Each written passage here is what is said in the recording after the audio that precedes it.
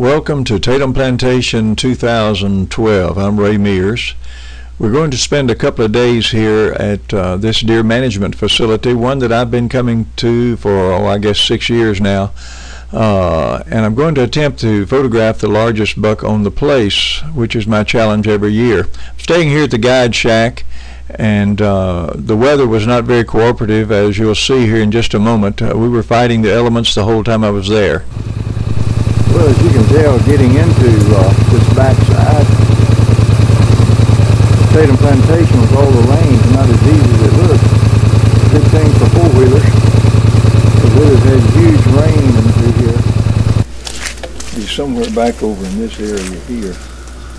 That's where he's been coming out. So my plans are... This is one of the most difficult two-day photo shoots that I've had, considering the weather, but things broke after a little while and we were able to get started.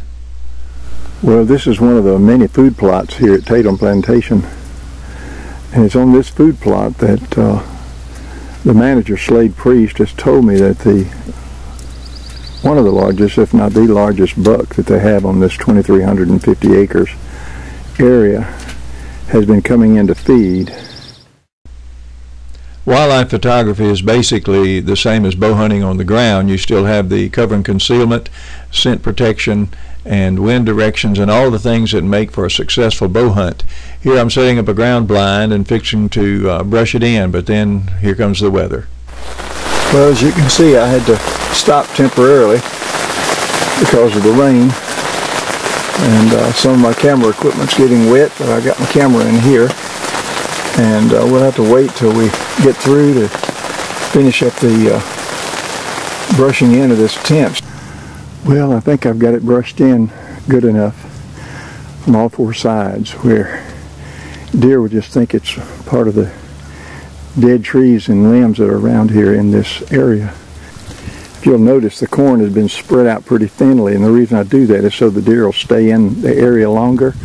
And then how far out I put the corn out in the grass and down the road, and how close to the tent is determined by my camera equipment, how close I want to photograph the deer or am capable of photographing the deer. All these things enter into it, as well as sun and lighting also. I hadn't been in my blind very long, and I was actually sitting back in my blind looking at some photographs on my camera. It was only about 3 o'clock in the afternoon, and all of a sudden I heard crunching outside, and here was this young buck. He had slipped in on me, and I eventually had to kind of shoo him away because he wasn't what I was looking for, and he was eating up all my corn. But finally I looked down the far end of the field. I guess it was between 4 and 4:30 in the afternoon, and some deer started coming in, 200 or 300 yards away, and lo and behold, there was the big buck had come out that I had been looking for, and here it was the very first afternoon in the woods. He was some kind of awesome. I was just awestruck at the size of the rack on this deer, and it was something to behold. I got a few shots that first day, but I came back the second day, and you'll see in just a moment, you'll see a whole lot more deer came out into the food plot, and that big buck, here he was. He had come up very close to my blind. Matter of fact, at one time that afternoon, he was no more than 5 yards in front of me, and gave me the opportunity to photograph one of the most beautiful deer I'd ever photographed. And you're going to see some really unusual photographs and what the activities of a white-tailed deer are, because most of the time you avoid these or do not see them, because most of the time he would not be standing there. But I hope you enjoy the photographs.